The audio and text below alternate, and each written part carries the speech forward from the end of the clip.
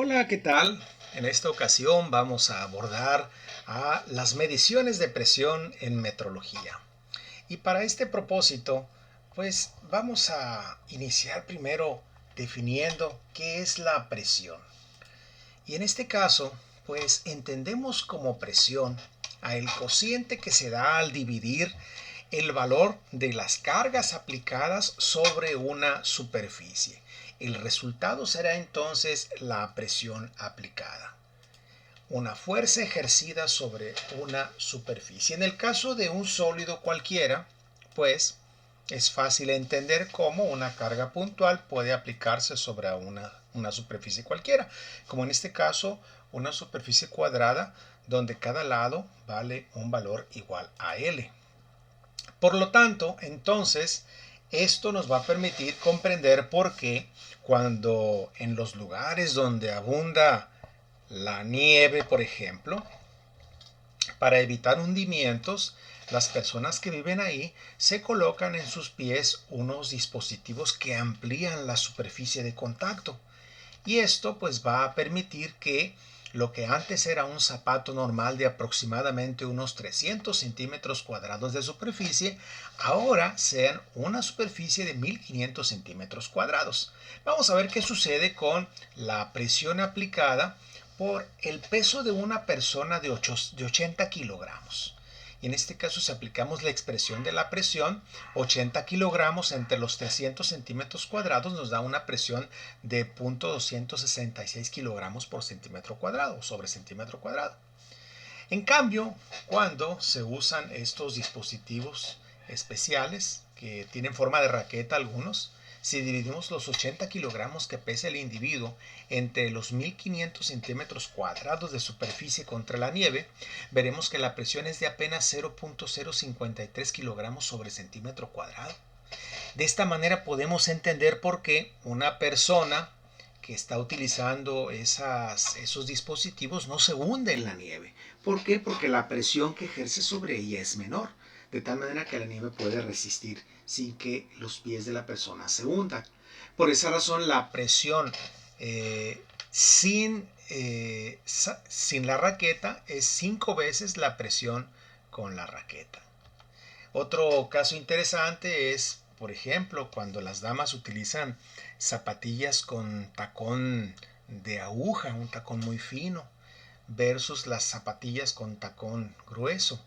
En este caso, para una chica que pese 50 kilogramos, por ejemplo, esos 50 kilogramos se van a aplicar en una superficie muy pequeñita y esto va a generar pues presiones muy elevadas.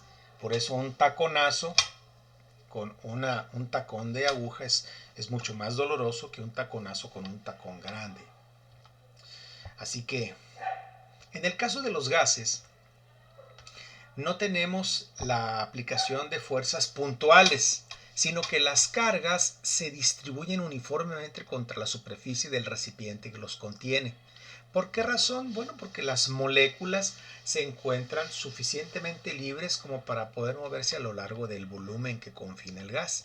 Y en el caso de los líquidos, nosotros tenemos, por ejemplo, el principio de Pascal.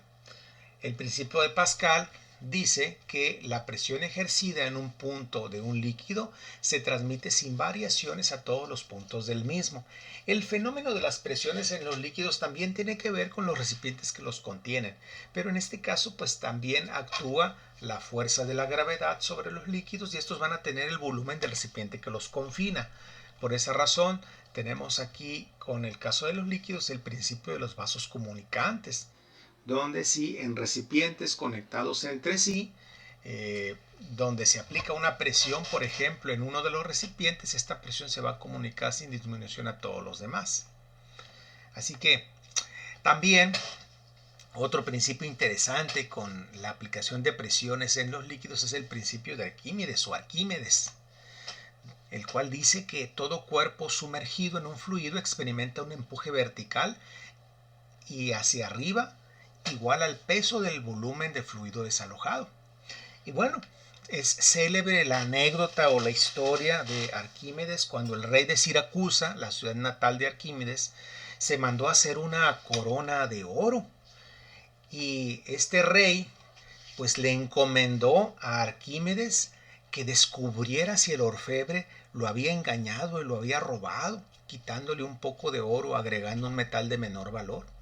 Así que el pobre de Arquímedes, pues preocupado por no poder resolver el acertijo que el rey le puso, estaba bañándose un día y de repente observó que al haber llenado mucho la tina, él se metió a la tina y el agua empezó a salir por los costados, porque su cuerpo desplazó un fluido.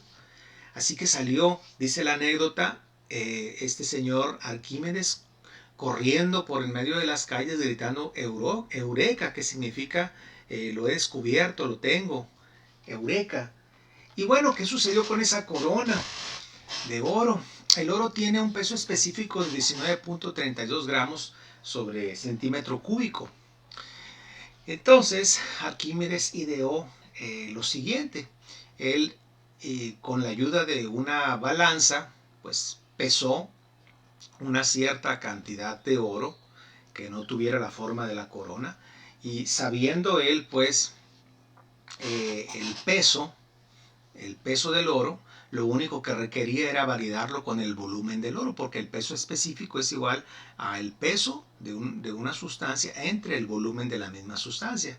Entonces, con la ayuda de un vaso, él introdujo la corona en el agua, y el volumen de agua que desplazaba la corona pues era el mismo volumen que estaba ocupando la corona, y de esa manera él pudo descubrir que con esta formulita de peso específico igual a peso sobre volumen era posible determinar si el volumen de la corona correspondía al volumen del oro necesario para ese mismo peso.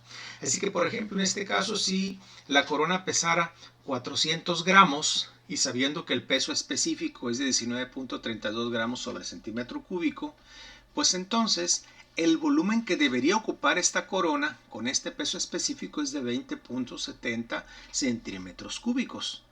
Si al colocar la corona el resultado es mayor que 20.73 como volumen desplazado, significa entonces que el orfebre estaba utilizando un material más ligero que el oro, por lo tanto ocupaba un volumen mayor. Y entonces pues este era el máximo volumen que se podía ocupar. Más de este implicaba que el orfebre pues había engañado al rey. Y de hecho la anécdota dice que el orfebre en efecto trató de engañar al rey. Y pues la pena que le impuso fue una pena radical. Y bueno, de esta manera Arquímedes utilizó un principio de la física para descubrir el engaño de un orfebre. Otro principio interesante a la presión aplicada a fluidos pues es la flotación de los barcos, la cual pues tiene que ver con el volumen que el barco, aunque sea hecho el casco de metal y todo el barco sea de metal y pesar muchas toneladas, el agua pues se encarga de proveer de la flotabilidad suficiente, como pues empujando el barco hacia arriba, de manera que el empuje tiene que ser superior al peso del barco. ¿Y cómo se logra esto? Pues desplazando la mayor cantidad posible de agua. El peso de ese volumen de agua desplazada es la fuerza con la que el agua empuja el barco hacia arriba. En el caso, por ejemplo, de los aviones, de las aeronaves, la sustentación también se debe a las presiones de los gases. Ya regresando al tema de los gases. La flotación, la sustentación, mejor dicho, de una aeronave se debe al aumento de la presión en la parte inferior de las alas, y en la parte superior tenemos una disminución de la presión. Entonces, la resultante de las fuerzas de sustentación que van hacia arriba y las fuerzas de peso asociadas al peso dan como resultado que la sustentación es mayor que el peso, y entonces la aeronave puede volar. Aquí tenemos una gráfica que correlaciona el ángulo de ataque o de inclinación del ala de un avión. Y bueno, en la medida que se va inclinando más el ala, va aumentando el coeficiente de sustentación hasta llegar a una inclinación pues ligeramente superior a los 16 grados. Ahí es donde tenemos la máxima sustentación de una aeronave. Y cuando la inclinación es cero, el ángulo de inclinación es cero, pues se ve que el coeficiente de sustentación es muy bajo. pues, cosas interesantes del manejo de la presión. Y bueno, ¿cómo medimos la presión? Bueno, la presión la medimos de la siguiente manera. Toda presión que sea medida a partir del vacío absoluto se va a considerar como presión absoluta. Y pues cualquier sustancia, sea gaseosa o sea líquida, pues va a experimentar una presión absoluta cuya escala va a depender del vacío absoluto. Sin embargo, cuando nuestro referente no es el vacío absoluto, sino la presión atmosférica, la cual tiene una magnitud de 760 milímetros de mercurio o 760 torr o una atmósfera o 1.013 por 10 a la 5 pascales o 14.5 psi o 1.013 bar, que para fines prácticos se maneja que la presión atmosférica es igual a un bar. Todo lo que se mida a partir de esta presión de referencia, que es al nivel del mar, será considerada como presión de barómetro, presión barométrica, pero la presión que se mide a partir de aquí será presión manométrica. La barométrica es la que se mide con el barómetro y la manométrica es la que va a considerar a la presión atmosférica como cero. ¿Sí? Toda la presión manométrica existente considera la atmosférica como cero, es decir, parte del supuesto que la presión al aire libre a nivel del mar es cero. Esto no es cierto porque sabemos que desde el vacío absoluto hasta la presión atmosférica pues existe esta magnitud de presiones. Entonces, la presión manométrica se va a medir con manómetros y de aquí que toda presión que se mida por debajo de la atmosférica será considerada como presión de vacío. Y esta se mide con un dispositivo que se llama vacuómetro. Y bueno, aquí tenemos una tabla que relaciona algunas de las magnitudes de presiones en distintos sistemas. Con esta tablita y con esta otra podemos correlacionar el factor de conversión entre atmósferas a bars, a kilogramos sobre centímetro cuadrado, a metro de columna de agua, a libra sobre pulgada cuadrada, etc. Y bueno, pues en cuanto a los medidores de presión disponibles, tenemos la siguiente familia. Tenemos a los medidores de tipo mecánico, a los medidores electromecánicos y a los medidores electrónicos. En este caso los mecánicos pues son los elementos, pueden ser elementos primarios de medición directa o elementos primarios elásticos. Entre los primarios de medición directa tenemos el manómetro de tubo en U, el manómetro de columna, el de columna inclinada, el barómetro de cubeta. Tenemos también el manómetro de tubo de Bourdon, el manómetro elemental en espiral, el helicoidal, el de diafragma y el de muelle. En el caso de los electromecánicos tenemos el resistivo, los magnéticos, los extensiométricos, los piezoeléctricos, los capacitivos, los de ionización y los térmicos. Y el primero que vamos a revisar es el manómetro de tubo en U. En este caso, este dispositivo para medir la presión está formado por un tubo de vidrio en donde se ha depositado un fluido manométrico, que generalmente es mercurio, un líquido pesado. Y la presión que se quiere medir es la presión contenida dentro de este espacio restringido, que puede ser la sección transversal de una tubería. Entonces a la tubería se le practica un orificio aquí en un costado y bueno, se conecta un tubo de vidrio o que puede ser de otro material, pero el visor tiene que ser de vidrio y se agrega el mercurio.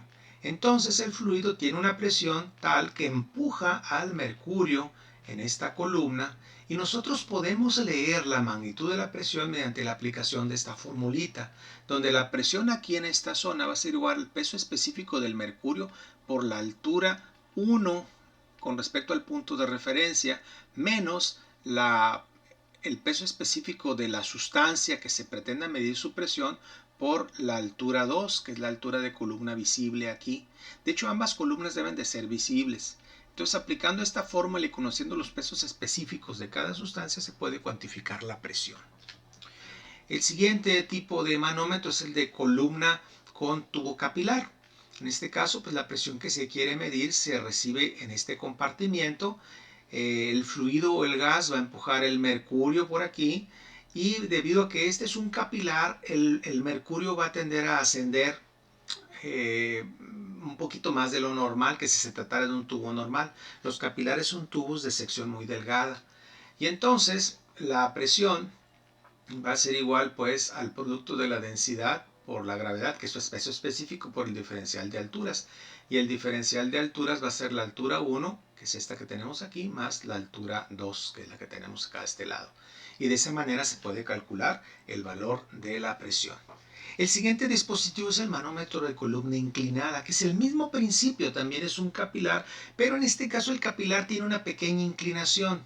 Al tener una pequeña inclinación, el valor del rango de lecturas se amplifica y pues se va a utilizar este dispositivo cuando se quiera tener mucha precisión en la lectura. Aquí vamos a utilizar la siguiente expresión trigonométrica. El delta H, que es la altura que tenemos aquí, es en realidad el cateto opuesto del ángulo alfa y por eso se utiliza la función seno. El seno de alfa es igual a el delta H entre la hipotenusa. Si se despeja el delta H, pues nos queda delta L, que es la hipotenusa por el seno del ángulo. El siguiente dispositivo pues fue el desarrollado por Torricelli, Evangelista Torricelli, que pues él diseñó este dispositivo a partir de la observación directa. Él lo que hizo fue colocar una cierta cantidad de mercurio en un tubo cerrado y colocarlo encontrado completamente lleno dentro de un recipiente. Él observó en un momento determinado que la presión de los gases de la atmósfera luchaba y competía con la presión del peso de esta columna. Él encontró que a la altura de 760 milímetros se establecía un equilibrio, ya no descendía más, y en esta zona se generaba vacío. De esta manera, él cuantificó la presión atmosférica al nivel del mar, que fue de 760 milímetros de columna de mercurio. Dicho de otra manera, si nosotros tuviéramos aquí un tubo al vacío, el peso de los gases de la atmósfera haría que subiera hasta 760 milímetros de mercurio. Si el fluido que él hubiera utilizado hubiera sido agua, por ejemplo, en vez de mercurio, la altura de la columna sería de 10 metros aproximadamente. En este caso, pues son 760 milímetros por el peso específico del mercurio, que es muy alto. Y bueno, el siguiente dispositivo utilizado para la medición de presiones pues fue el barómetro aneroide. En este caso el barómetro aneroide tiene la virtud de que pues es un dispositivo seco, no tiene ningún fluido. Y consiste en esencia en utilizar una pequeña caja metálica, flexible, corrugada, en la cual generalmente pues se practica un vacío. Esta cámara metálica está hecha de una aleación de berilio y cobre, lo cual la hace muy flexible. Y bueno, la camarita está sellada de manera que se puede expandir o contraer dependiendo de la presión exterior, porque en el interior tiene vacío. Así que dependiendo de la presión exterior, si la presión exterior disminuye, pues se va a expandir. Si la presión exterior o la del ambiente aumenta, como es el caso de acercarse al nivel del mar, se va a contraer. En ese movimiento, pues el dispositivo está conectado a un mecanismo que es sensible a la expansión o a la contracción. Y la lectura de la presión se toma aquí en este display digital, bueno, analógico con una aguja, o también puede ser en un display digital. Este tipo de barómetros aneroides puede ser muy compacto, muy pequeño y puede incluso colocarse dentro de relojes que tienen barómetros incluidos. Son barómetros que pueden estar aquí incluidos. El siguiente dispositivo pues, fue el manómetro de tubo de Bourdon. En este caso pues también aprovecha la expansión o la contracción de materiales flexibles. El manómetro de tubo de Bourdon fue desarrollado por Jim Bourdon en 1849 y funciona de la siguiente manera. El fluido, que puede ser gas o líquido al cual se le quiere medir la presión, entra por este tubo, el cual tiene un doblez, es un tubo flexible metálico de aleaciones de cobre. De manera que al aumentar la presión el tubo tiende a enderezarse como los espantasuegras. Y al enderezarse pues acciona un mecanismo que mueve las manecillas y registra la presión. La configuración del tubo pues puede ser tipo helicoidal, tipo espiral o tipo C, como en este caso, que es el Bourdon clásico. También existen los manómetros de fuelle, donde en este caso el elemento que se va a contraer o se va a expander es un fuelle metálico arrollado dentro de una cámara sellada. Entonces el fluido entra a esta cámara sellada y comprime o permite que se expanda el fuelle, que a su vez va a accionar un mecanismo compensado por un resorte que va a mover una manecilla, y la contracción expansión de este fuelle pues es proporcional al desplazamiento de la manecilla, y por lo tanto la lectura de la presión se puede tomar directamente ahí. Luego también tenemos el manómetro de diafragma, que es una variante de los anteriores. En este caso el manómetro de diafragma está diseñado para que el fluido penetre en una cámara independiente sellada, en la cual, pues dependiendo de la presión ejercida, este diafragma también se va a deformar empujando o compensando la presión que tiene ya el diafragma de diseño, la presión de resorte, de manera que si está conectado a un mecanismo el diafragma, pues va a mover unas manecillas que nos van a indicar la magnitud de la presión. Aquí tenemos algunos tipos de diafragmas, por ejemplo el diafragma de superficie corrugada, el diafragma de cápsula corrugada, que es una cápsula sellada, el diafragma de superficie plana, que es una galleta metálica nada más, o el de cápsulas de múltiplos de elementos, que son varias capsulitas conectadas a un eje, que es el que va a accionar el mecanismo.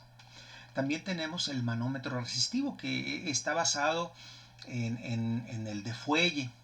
En este caso la presión se recibe en una cámara inicial y pues este fuelle está compensado por un resorte. En la medida que se incrementa la presión, ¿qué va a suceder? Pues se va a accionar un mecanismo, pero en este caso no va a ser un mecanismo que va a mover una manecilla, sino va a ser un mecanismo que va a variar una resistencia. Esto es un reóstato, es una resistencia variable. En la medida que se mueve el mecanismo, pues va a variar la resistencia, y al variar la resistencia, pues al tener nosotros una corriente eléctrica aplicada aquí por la ley de Ohm, vamos a tener un cambio en la intensidad de corriente. Si el voltaje es constante y la resistencia cambia, pues también va a cambiar la intensidad de corriente, y de esa manera se va a poder registrar, ya sea por resistencia o por voltaje, en el caso de utilizar el puente de Wheatstone, el valor de la presión. Este sería el puente de Wheatstone, un arreglo de varias resistencias conectadas de esta manera, en puente, con la cual se puede medir los cambios en los parámetros eléctricos en un sistema de este estilo. Y bueno, pues aquí tenemos una pequeña tabla que nos relaciona algunos de los dispositivos que pueden ser utilizados y sus rangos de aplicación, sus campos de medida, y algunos de los valores correspondientes a su exactitud, las temperaturas de operación y las presiones de operación, en este caso para las familias que acabamos de mencionar. Luego también tenemos a los medidores de presión electromecánicos, donde por ejemplo tenemos el manómetro capacitivo. Aquí tenemos una aplicación muy interesante de desplazamiento mecánico por causa de la presión. La presión entra a una cámara sellada aquí de fluido, y bueno, pues en esta cámara sellada tenemos dos placas que van a ser empujadas. Bueno, una de ellas va a ser empujada por efecto de la presión. El mecanismo aquí permite que la placa pueda ser empujada. En la medida que esta placa se acerque o se aleje, va a afectar una propiedad eléctrica que se llama capacitancia en el circuito. Así que mediante un dispositivo que verifica la capacitancia, se puede determinar la magnitud de la presión en la medida que esta capacitancia está cambiando por efecto del empuje de estas dos laminillas que tenemos aquí. Cuando la distancia cambia, pues también la capacitancia va a cambiar, y midiendo esa propiedad, pues sabremos cuál es la presión que se está ejerciendo. Pueden ser de dos tipos, de capacitancia fija o de capacitancia variable. En este caso, pues, el uso o las aplicaciones de este tipo de medios de presión es en variables fisiológicas. El siguiente tipo de manómetro electromecánico es el manómetro magnético, donde en este caso pues la presión se ejerce a través de este conducto, de manera que al moverse el pistoncito siendo empujado por el fluido, el pistón tiene aderezado un pequeño imán. Este imán, sin que tenga contacto la manecilla exterior con el imán va a arrastrar esta placa que tenemos aquí nosotros, y entonces la placa pues a su vez va a mover la manecilla. La virtud de este dispositivo es que con el magnetismo se pueden arrastrar los mecanismos externos para que se mueva manecillas y no haya contacto entre los componentes internos con los componentes externos. Luego tenemos el manómetro extensiométrico. Este manómetro extensiométrico aprovecha la capacidad que tienen materiales como el Constantan, por ejemplo, que al ser deformado, el Constantan afecta a variables eléctricas como la resistencia. De manera que si la placa de Constantan se fija o se pega a elementos flexibles, los cuales se van a expandir o se van a contraer con los cambios de presión, el Constantan, que es un material extensométrico, va a cambiar sus propiedades eléctricas por causa de esta deformación, al expandirse o al contraerse, de manera que su resistencia eléctrica va a cambiar. Si el Constantan se expande, la resistencia disminuye. Si el Constantan se comprime, la resistencia va a aumentar. De manera entonces que este tipo de dispositivos conocidos como galgas extensiométricas se colocan en distintas partes del elemento de medición flexible y se compara con un dispositivo de mediciones eléctricas.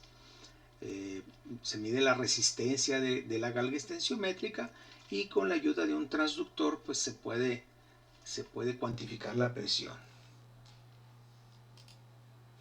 Luego también tenemos a los manómetros que aprovechan el principio de piezoelectricidad, que son los manómetros piezoeléctricos. Hay materiales como el cuarzo, el rubidio, las sales de Rochelle y algunas cerámicas que al oprimirlas generan voltaje. Entonces, en tubos cerrados se colocan ese tipo de materiales piezoeléctricos y se permite que el fluido entre y oprima por efecto de la presión al fluido. El elemento piezoeléctrico va a generar un voltaje, el cual se va a poder leer, y en la medida que se incremente la presión, también se va a incrementar el voltaje. Así que la presión es proporcional al voltaje del transductor piezoeléctrico, y de esa manera se mide la presión. Otro dispositivo interesante es el manómetro térmico.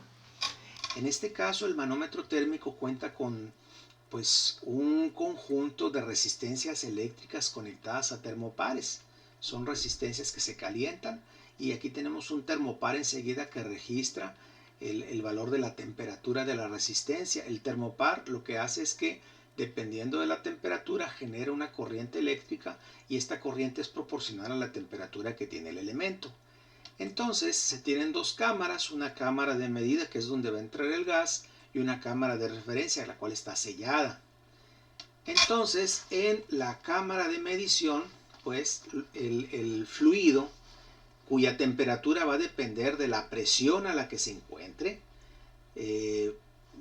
vamos suponiendo que la temperatura del fluido es menor que la temperatura de la resistencia. Al ser menor, el fluido va a enfriar a la resistencia, y con el termopar se va a registrar que la temperatura neta es menor por efecto del enfriamiento de un fluido que está menos caliente. Un fluido frío en contacto con una resistencia caliente pues va a enfriar a la resistencia, y con el termopar se va a registrar esa temperatura. Si se comparan las dos temperaturas, la de la cámara de referencia contra la de la cámara de medida, que va a variar dependiendo de la presión, de acuerdo a la ley de Gay-Lussac en el caso de los gases, pues ese diferencial en la señal que viene de los termopares leído en un potenciómetro va a ser equivalente a la presión que tiene el fluido. Así que por comparación de las señales eléctricas que vienen de los termopares, de la cámara de referencia y de la cámara donde se está midiendo la presión, se puede medir la presión absoluta a la que se encuentra el gas que se mandó a la cámara de medida. El siguiente dispositivo es el medidor de vacío de ionización de filamento caliente. En este caso, este dispositivo de medición de la presión es muy utilizado por la simplicidad con la cual está constituido. En este caso, una corriente de electrones que se encuentra regulada aproximadamente a 10 miliamperes es emitida desde este filamento, el cual es calentado. Es un filamento que tiene un voltaje. Los electrones entonces van a salir de este filamento y van a ser atraídos hacia otro filamento helicoidal. En este caso, la razón por la que son atraídos a este filamento helicoidal es que en este filamento se tiene un diferencial de potencial de más o menos 150 volts. Así que los electrones van a saltar desde el filamento hasta esta malla, hasta este segundo filamento o malla.